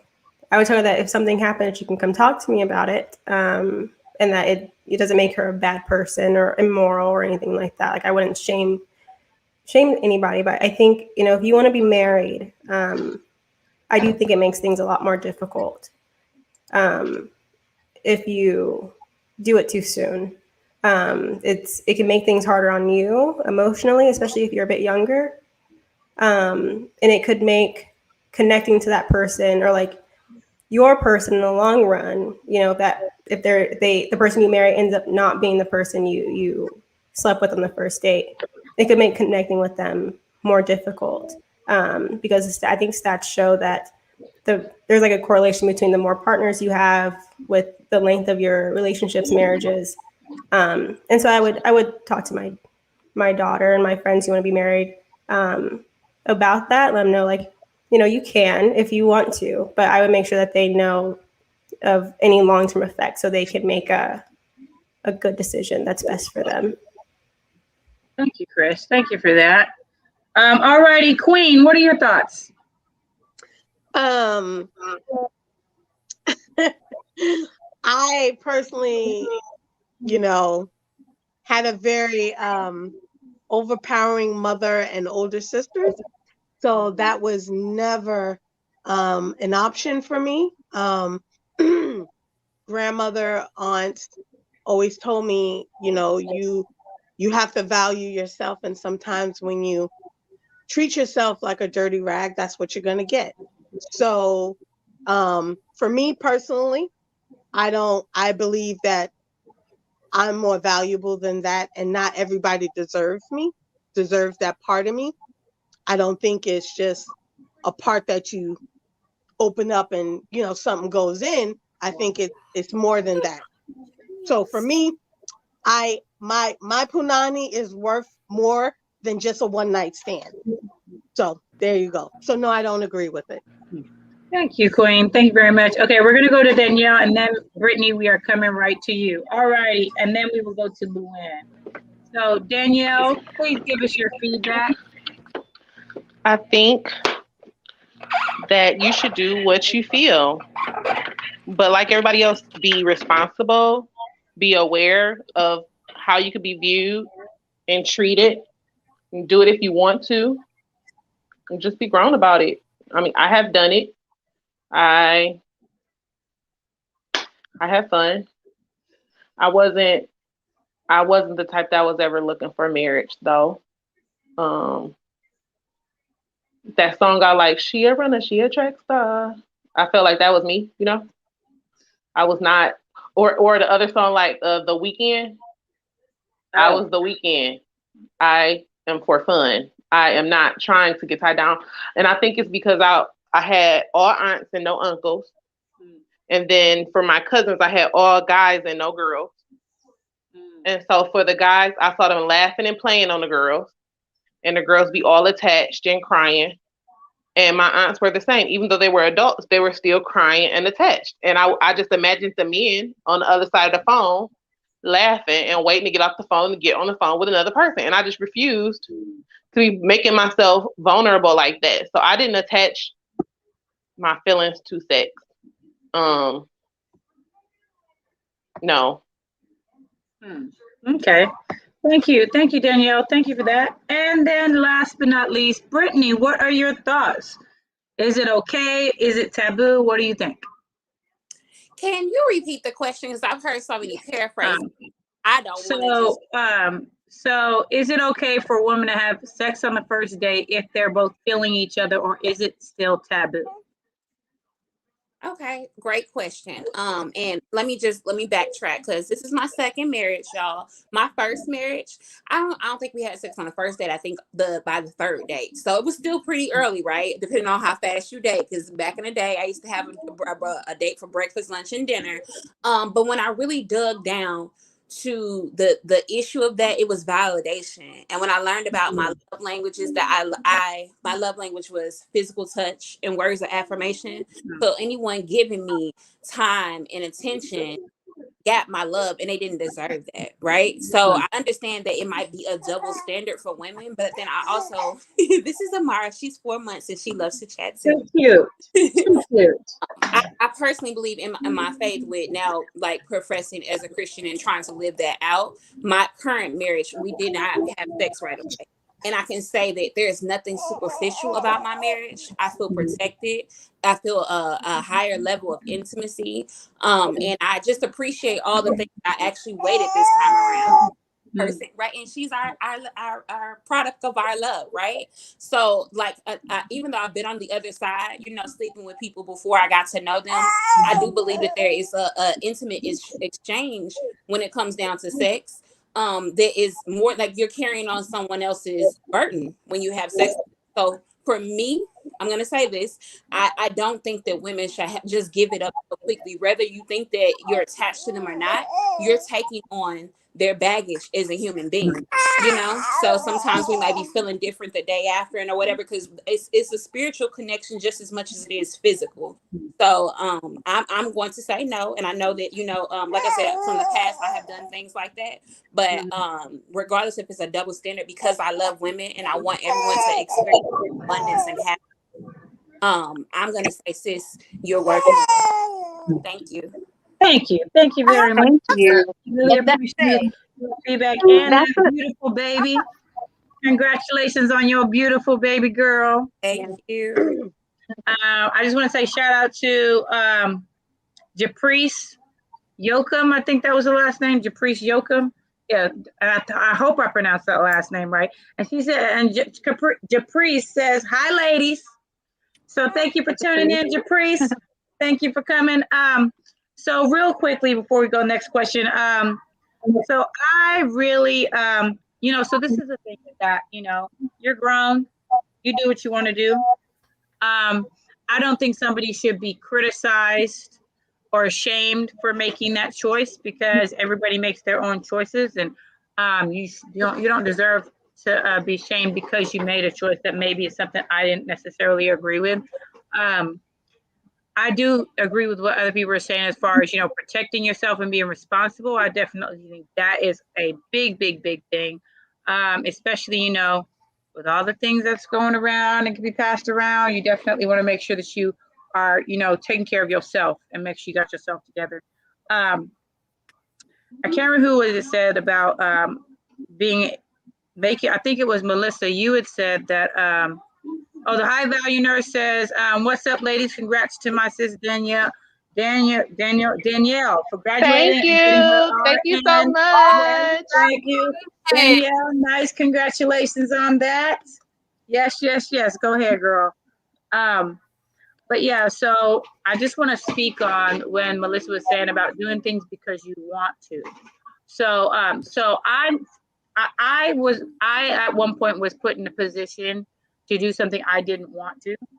And even now, it affects me even now with everything for me as a comfort thing. Because at that point I was extremely uncomfortable and I was put in a position that I didn't want to be in.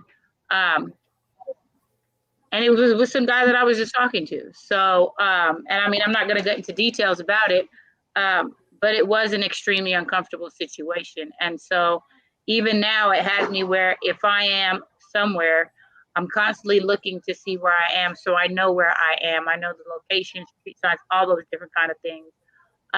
So if I need to go, I can go, because that was a situation that I was not allowed to go. So definitely be very careful as far as doing something because you want to. Don't do something because somebody makes you feel like you have to, or somebody's forcing you to. Know that when you make a decision to do something on the first night, it needs to be a consensual thing. And if you're not okay, don't do it because the other person, because there's been times in my past where I felt bad that he was going to be upset that we didn't do anything. So I ended up doing something. So, and that's not necessarily me doing it because I want to. I'm doing it because I don't want him to feel bad. And so, and I feel like sometimes young women, that's what happens, is that you get in a situation where you're with some guy that you really like, and he says certain things. And then when you say, yeah, I don't want to, then he starts to make you feel bad. And then you're like, well, dang, I don't want him to feel bad. So let me just go ahead. And that's just definitely not the way to go. Because now you are giving yourself to somebody, not because you want to, because somebody have made you feel like it's not okay if you don't. And that's never okay. So I definitely. Can I say something? Yes. I appreciate Brittany. Thank you for coming on, because she put a kind of a lens on it, kind of extended the lens. So everyone has their thing, and we don't want to be judgmental, critical. We're thinking, the question was specifically one night stands, right? If you just met the person and you first date, have sex. But there are so many times where, women get into, I like this person, I've known them a week and I want to try this. And like she was saying, you don't really know the person still, but you're like, we're vibing, and I am a person that has gone through that. And actually, my husband being the second person that I was ever with in my entire life, but far away from family, far away from the confines of mom and big brother. And I'm like, yeah, I want to try this with someone, that I had barely met. It wasn't a one night, it was a one night stand, but it wasn't a first night situation. We had friends in common and this and that, but I still didn't know them. You know what I'm saying? And so that part, like, thank you for bringing that, Brittany, because you can know kind of casually somebody for months and then, I think, and you hook up. So that's something that, if we dismiss that, I didn't want to dismiss that. I wanted to go and talk about it. Yeah, no, that's fine. So you do want to value yourself, and I like what Brittany said as far as the love languages, that when you know your love languages, when somebody is giving you that, you can sometimes that can make you lean towards giving certain things, and don't just allow your love language to direct who you're giving things to. Value yourself enough not to just give it because they're giving you your love language, because sometimes they may be paying attention to see that's what you want, and they may be giving to you to get what they want. So just be mindful of those things. But I mean, if you do have sex on the first date, because you're feeling him, he's feeling you, and that's the way you're feeling, you're grown, make your own choices, do what you got to do. When you want to, if you want to get that, some people have needs. So, and like Melissa said, it's situational. So it really just depends. But if that's what you want to do what you do. I'm not going to shame you for it. I would hope not to be shamed for it. I have something. Yeah. So hold on one second. So we have Damo, Luann, and then Melissa. Go ahead, Damo. I think Luann might have been before me. I don't want her to get mad at me. So let Luann go first. She's okay. I think, yeah, she's okay. Okay, I'm gonna be really quick. I'm putting things in the dryer. So I just want to say something, and this is not to bash anybody or say anything bad about anyone comments, but I really don't like the narrative that you have to act a certain way on a date or act a certain way at the beginning of a relationship if you want to be married. Because I've been engaged more than once. I've had guys who hate me because I didn't want to go through having a baby with them, and so for me, I'm more like a guy on the inside, but I'm still a woman. So I don't think that sleeping with someone on the first date, nothing is going to stop someone from wanting to marry me, because nothing stopped them before. So I don't like the narrative that women put when it's like, oh, if you do this, you might not get married. Oh, if you want to get married, you should do this. Because some women do all the right things and don't get married. Some women do all the wrong things and have 3 or 4 husbands. So I just personally think, as women, what's going to help you get married and what kind of man you want to marry. So I think it really doesn't matter because my boyfriend right now, my fiance, he's totally opposite from me. Doesn't smoke, doesn't drink, but never dated a girl who smokes weed. And I smoke 24/7. Will never date a girl who's provocative. I got on, tiny mini shorts. You know, so but he loves me and he wants to be with me forever. So it's like it doesn't really matter, honestly, what you do or what you don't do. It matters on the two people that are with each other. And then I'm gonna take my thing off. I'm gonna go back to putting the clothes in the dryer, but I'm listening. No, you're good. You're good. Thank you, Dama, for that. Luann, you wanted to add something? Yes, I wanted to, also relay on, also attach on to what Damo said, because it seems like you can only get married if you hold yourself. No, I think that's the wrong. To me, I just don't feel that that's a good nerve to say you got to hold yourself before you get married. When there's some men out there who want to try to punani out before they even get married, and vice versa. The woman want to try the man's little thing before they get married. I mean, it could be bad. And then I wanted to kind of, say to Miss Queen, I love Miss Queen so much, but Miss Queen, sometimes the punani be, yearning. So you have to answer the beast calling. You can't just let that beast be sitting out there talking about, I don't know. You gotta attend to the beast, okay? You gotta attend to the beast. But not everything is controlled by pussy. And there's more things in life than having urges and being horny. I just think, and you don't necessarily have to have sex to have an orgasm either. So you can just get okay. So it's so many other things. You can just be that's getting just lit. my standard, and that's what I live by, and that's what I did, and that's what's helped me. Thank you, Queen. Thank you, Luann. Melissa, you wanted to add something? Or you're muted, by the way. Luann, why is it that every time, sorry, you have my hair getting all a mess because of everything. Hold on a second. Why is it that every time when I have like this like intellectual thought, you start and it goes like out of my mind. I'm like, oh my God. Okay. Because I'm one of those girls that, at this moment, one day I'll get married, but I am so selfish with myself. I feel like, I think I'm like Dom. I'm kind of one of the guys, but I'm a female on the inside too. Sometimes I just don't want to be around a whole lot of people. I just want you to come and do what you need to do, and you need to leave afterwards. And and so that's the part of where I'm at in my life. I'm just at that point. Because I had so many bad relationships. So instead, and it's not that I haven't done everything right. I think I was actually probably too nice.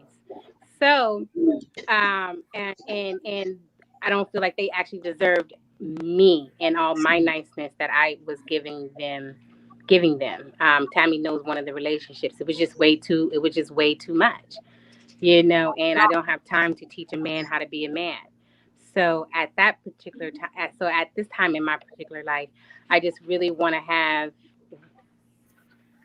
I guess I'm in the fun zone. I don't know if that's still crazy at 40, but I'm still in the fun zone, and I just don't want to be tied down at this moment. But maybe in a few years, I may say, hey, let me cut my ways. But right now, I'm just not there. I'm just not there. Nobody's hurt me, Hall of Fame. Nobody's hurt me. I'm not a bitter bitch. I'm not bitter. What do you want to say, Melissa? Hold on a second, you guys. What do you want to say, Melissa? No, what I was trying to say is that I understand. I feel like everybody's different, and everybody as a female can feel that way at times. But I was saying, also, there's a lot of times where, I just feel like sometimes when you change your behavior, certain other things can happen. And it's just there's a lot of times where, and not like you, because you're confident in your decision, but a lot of times I'll have my friends or whatever saying that they're like that, and then they get like a certain outcome out of it, and then they get like hurt, but then they're like, oh, but I'm just like whatever. But then I'm like, so that's why I'm saying you have to be careful. So it's like, do you really want to be like, do you really want that, or what exactly do you want? And like sometimes I feel like we're not honest with ourselves when it comes to these like type of situations sometimes. So that's why I'm saying that you have to be careful. Yes. That's going to be the word. Yes. You just have to be careful. Yes. No, I like that. I like that, Melissa. And I definitely, yeah, we have to be honest with ourselves. I think that's just a problem just nowadays with people being She honest. said this. I can't. Yeah. So, okay. So does anybody have anything else to add before we move on to our next question? Oh, I think, Can I just unmute myself? yes, absolutely. Yes, absolutely. Okay, because I love this standpoint. So like I'm an entrepreneur. I'm a third generation entrepreneur. In my business, I sit down with people every day and we talk about these things, right? And it's a very intimate and spiritual. I was a domestic violence advocate before I came into my business, and before then I was a teacher. I'm also a high school dropout. I'm also the father of a drug dealer who was a narcissist, and all the men in my family were narcissists. And I had narcissistic tendencies, and I attracted people who had things that I was used to, right? So our subconscious mind, and here's the thing too, I've read a ton of books. I've been in therapy for multiple years. And then I've also deepened my relationship with God. So I understand that a lot of the things that we put off, like, oh, I just don't want this. And I'm not judging anybody because this has been me. This has been me, that we don't know that sometimes we can be saying, oh, well, I don't want this. I don't want this. But yet it's really a gap. For us, that's what we really want. That's what we truly desire. But we're so tired of being let down. We're so tired of being hurt. So therefore, let me not get my hopes up because I don't believe I can get it. I didn't believe that I could be a 6-figure earner. I didn't believe that I would ever graduate from school. I didn't believe that there were a lot of things. But every day I got up and I trusted that, okay, if I'm going to keep putting the foot in front of the other one, that it can happen. So I think that a lot of times it's self-sabotaging behavior. And again, no judgment to me because I'm speaking about myself, right? I'm speaking about myself, that it can be self-sabotaging where we just say, okay, you know what? Well, this is just this. We'll justify it that it's just a one-night stand or it's just this. And the reason I'm speaking from this because I said my first husband, I married him. We met on a dance floor at a nightclub. And again, I did not know much about myself. I was 23 years old and everybody in my life had always done me wrong. But I also had to realize that just because people had did me wrong does not mean that had to be my next chapter, right? You get what I'm saying? Right. So in that relationship, because things went so fast, because I hopped into bed with him, and this is not a judgment for anybody else. I have to keep saying this disclaimer. I'm just speaking my truth and what I have been through and being in the state of abundance and confidence and peace that I have right now. It came from strapping down. And I'm not saying I waited to have sex.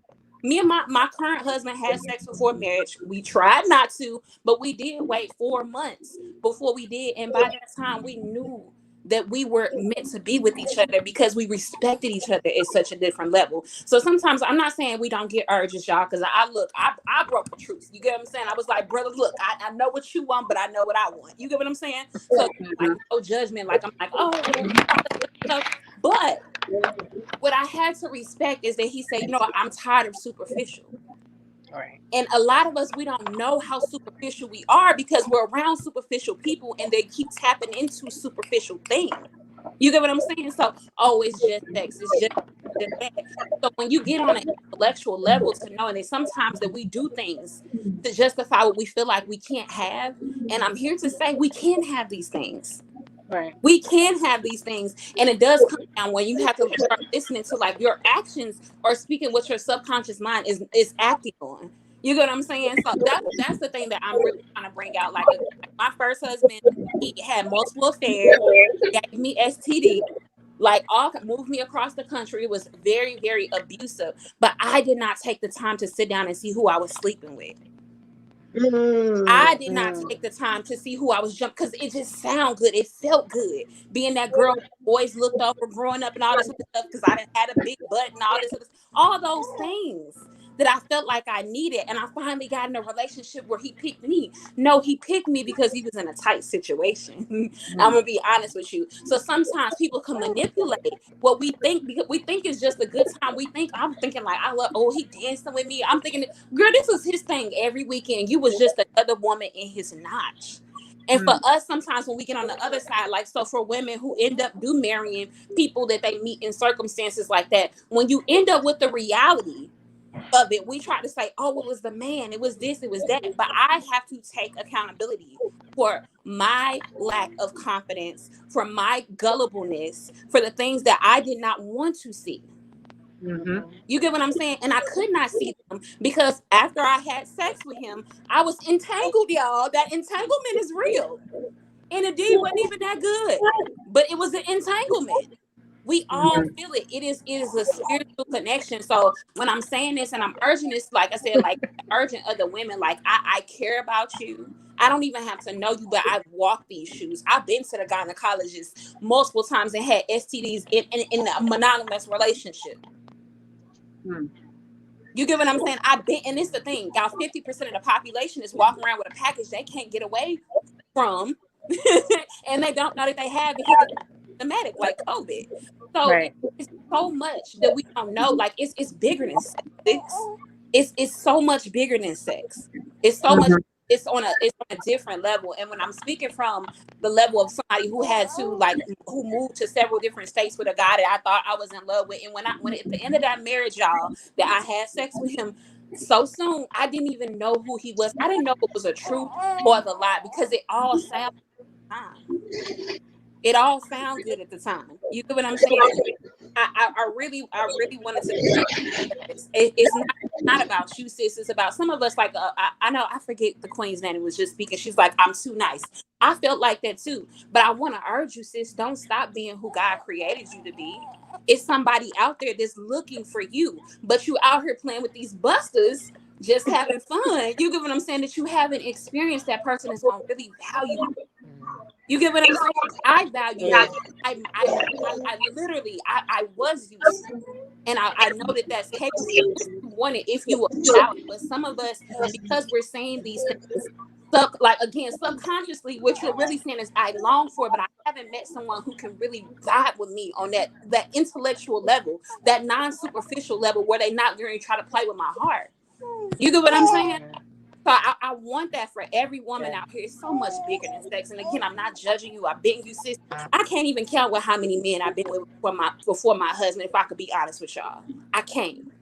And a piece of me sometimes when I move back to my hometown, when I ride into certain pieces, I break down because I was like, oh my God, you didn't love yourself enough not to say no. You didn't love yourself not to walk in there. You knew that he wasn't going to be about that. You just wanted it so bad, you know?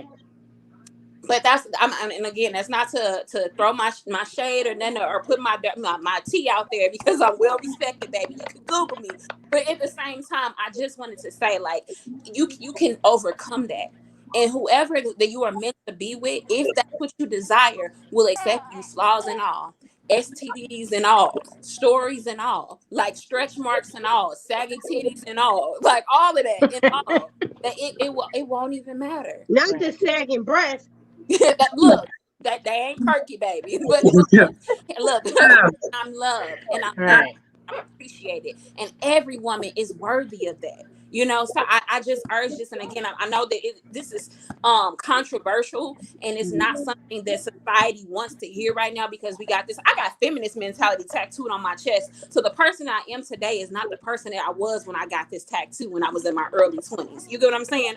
But me knowing the big threat to femininity is us not standing in our work. It's bigger than sex. It's having somebody value you on a very, very deep intellectual level. Right, you know, yes, baby knows it too. I know. Preach, baby. Thank y'all for letting me on y'all platform. Like I love all of y'all, just from y'all sharing y'all truths. You get what I'm saying? And I'm speaking from love to saying, sis, you can have it too. You can have it too. We ain't gotta go step in and here's the thing. Having sex with somebody, boo, some of them don't even know they're carrying a package. As somebody who been to the clinic so many times, it was me. I'm like, what this? Excuse me. You know what I'm saying? I'm married. How am I coming home with a package every other month? to have that type of humiliation when you're committed to somebody, or even when you're not committed.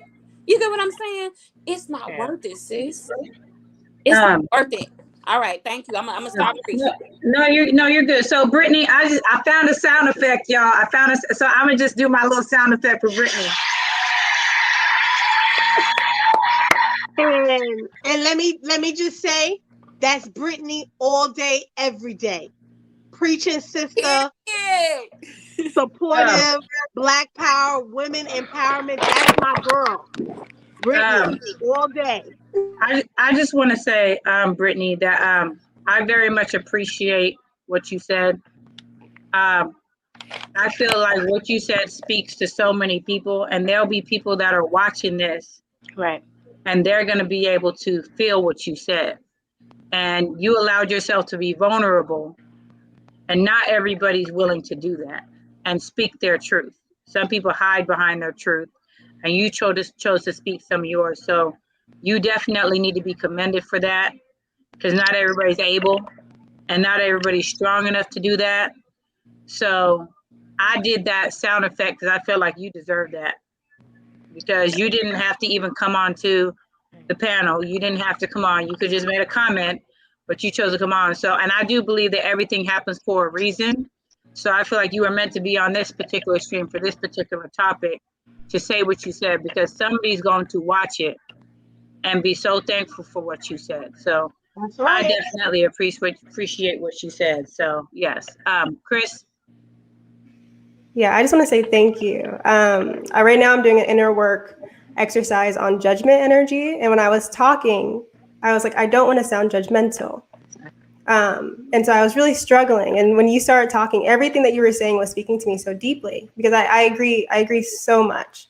Like, I think I can say I agree 100%. And I just want to say thank you. And you kept saying, like, I don't want to be judgmental. I don't want to be judgmental. I feel like you're talking directly at me. Like, this is a way that you can express, how you feel, express your truth without judging others, without having that judgment energy. And so I do think that there was a reason why you came onto this platform tonight, because I hadn't seen an example of that. And I think that was a really great example of speaking your truth without making people feel inferior, because that's really hard. Like, that's a really fine line.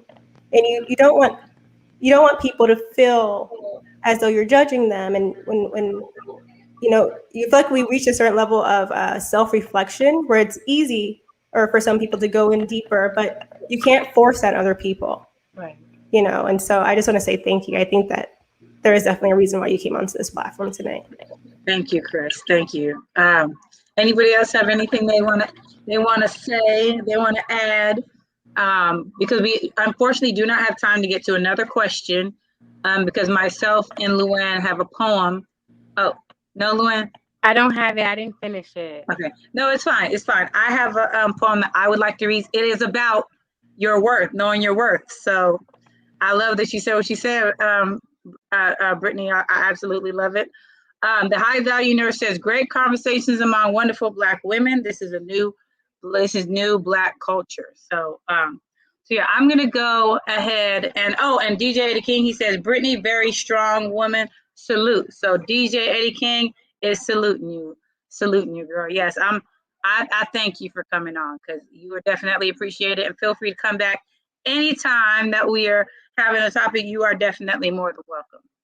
So, okay, so I'm going to read my poem, and then we're going to close it out with everybody shouting out, their social media and all those different things.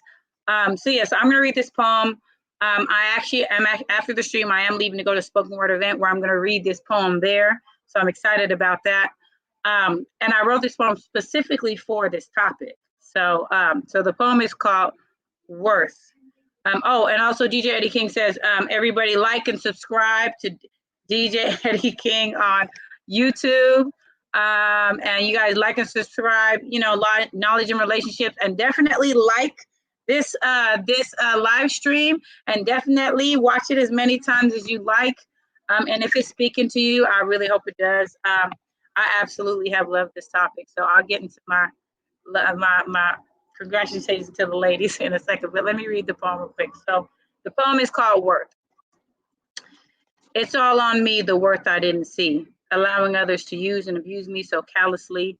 I tried to put the blame where it doesn't belong, but when your worth is not known, you don't know how to be strong. So you can fight off that negativity and unjust that killed your worth in a moment of mistrust. You would constantly allow others to come in over and over again they had you chagrined with the false sense of a win when it came to love and trusting. I don't even know where to begin to explain the destruction caused to the worth destroyed from the outside in. To explain that a me without worth I couldn't see, I repeatedly chose no accountability. I was in a constant state of tug of war inside of me with the truth of the matter that happened to be that love didn't love, but instead it shattered me. The tears and pain have come from defeat, destroying the heart beat by beat, making a void that got harder to complete. But time equals knowledge, power, and strength, sometimes lost in the shuffle of life not making sense. When actions are repeated, we don't allow ourselves to shine. It cuts like a knife, almost destroying your lifeline. But that love for me was only meant to deceive until I finally cried out for clarity from the one up above that could truly give it to me. Looking at the destruction of not knowing my worth has given me the enlightenment that I now understand was only lost in the translation of the true me that deserves a worth that is truly heavenly. But in every destruction, a lesson is found to show you no more. Will I leave my head uncrowned? The worth that was once destroyed is renewed to bring me back to this person that I never knew. I would see you in the mirror and you were a stranger, lingering beside me every turn into danger. I see now that my purpose to truly be, that eyes would be open to the amazement of me. To know my worth is to know the God in me, the love that he gives unequivocally without any motive I see. My worth he restores to the best of me and show me that what the power gave me was the strength to see the worth I have in me. Now I see me for who I am and who I was meant to be, a person who is worthy, and finally, I see me. Thank you. Thank you very much. Thank you. Beautiful. I thoroughly enjoyed this. I wish it had some sound effects. I do. I only got the clapping one. I thought of that last minute. I'm gonna get some clap. Oh wait, I could do the clap. Hold on, let me do the sound effect for me too. Hold on. Let me do the clapping for me too. There we go. Okay. Ready? Crazy.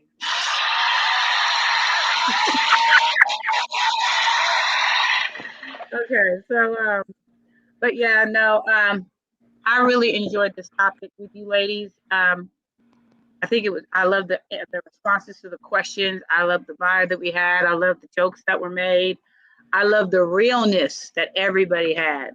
I loved it. And I continue to love it. This is our third one, but you know what? There's so many more to come, and I'm excited for all the rest that we're going to be doing together. So, so you guys go ahead and tune in next week. I'm saying this before I have everybody shout out their live streams. Next week, our topic is going to be about mother-daughter relationships. So that is going to be another good one. It's going to be another hot one. So you definitely want to tune in, and it will be back at our regular time, which is 5:30. So before we go, we're going to have everybody shout out their social medias, and we are going to start with Kris, the Blooming Ebony.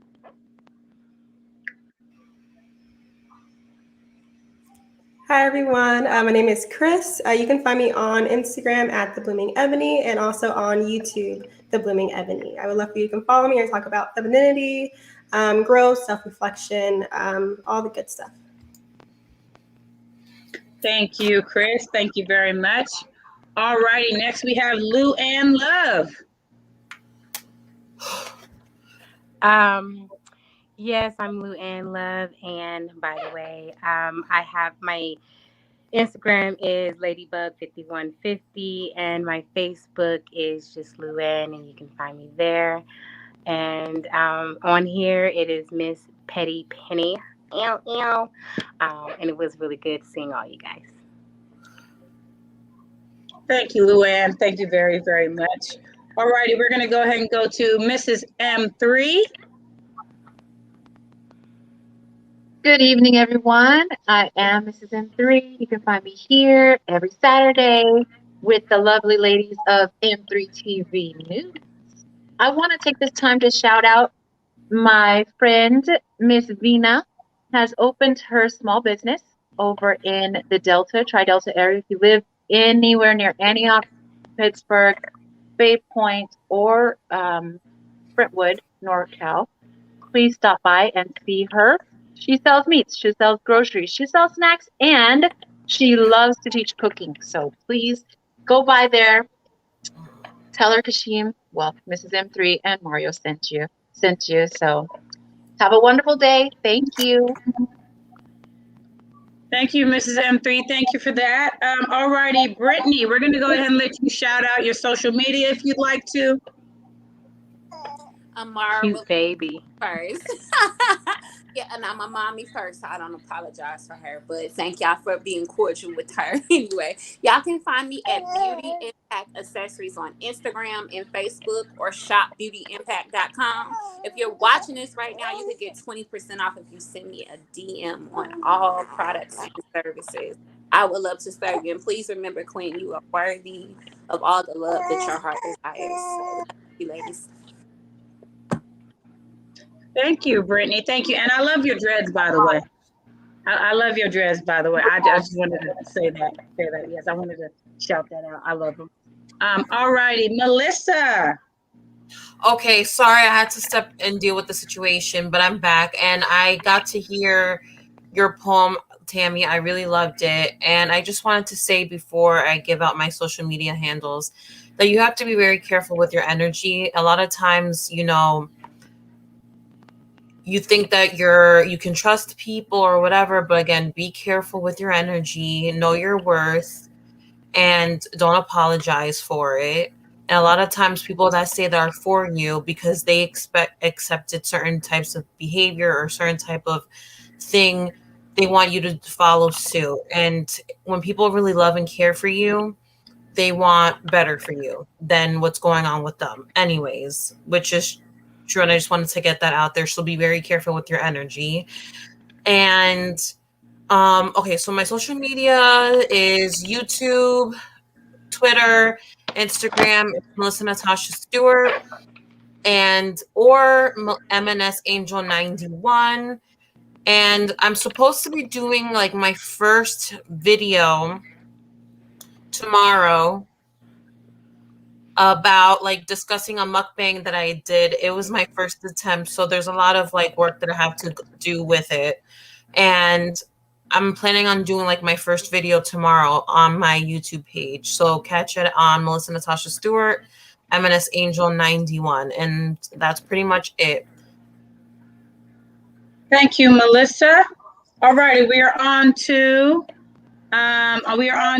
Miss Damo. Are you there, Damo? And you're muted. Yes. There you go. Oh, sorry. My thing's down there. The Queen_Dom. That's pretty much on everything. It's actually on my ring. I don't know if anyone knows that, but it's actually on my ring. But yeah, you can find me on there. And Tammy, your poem was amazing. And Brittany, thank you for sharing your life, because a lot of people are scared. And Tammy, I really commend you for sharing that part about dating and what happened with you. And have a good night, ladies. Thank you, Damo.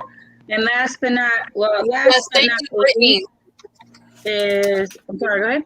What happened? No, I was just saying thank you, Brittany. Oh, your story was amazing. And then Queen, we have Queen. All righty, Queen. That's right. You can follow me on Queen Forever 2K21 on Instagram. And I just want to shout out one of my good friends, Miss Brittany, who I met at a community function here in the West Coast. And she beat me back east, but I'm coming soon. But I was so excited to get her on the platform tonight, and I look forward to her being a part of many other things. She's an amazing person, motivational speaker, and very loving, very genuine, and wants everyone to succeed. So, thank you. Thank you, Queen. Thank you very, very much. And last but not least, myself. Okay, so I am your host. I'm First Lady Tammy. thank you for everybody who said they really enjoyed my poem. I can be found on Instagram, First Lady Tammy 916. I am on Knowledge and Relationships on Mondays and Thursdays at 5:30 Pacific Standard Time, Eastern Standard Time at 3:30. And then, of course, here with my beautiful, lovely ladies, definitely here with them every Saturday. Also, I'm doing a vlog of my Cryo Slim journey. It's Tammy's Cryo Slim journey. There's about 4 episodes that have already posted, and there's 2 more that will be posted. And just telling you guys about, you know, how it's going as far as my progress and with Cryo Slim, and just the different changes I've made to help it be successful. So you can definitely check that out on the Knowledge and Relationships channel. Definitely like and subscribe to Knowledge and Relationships. It is an amazing, amazing, amazing channel, and you guys will love all of the content. But yeah, so that's it on that. All righty, so that is it for us ladies. Remember, tune in next Saturday at 5:30. We're discussing mother-daughter relationships. But for now, we are out. Bye. Bye, everyone. Thanks for watching. Thanks for watching. Come back. Thank you.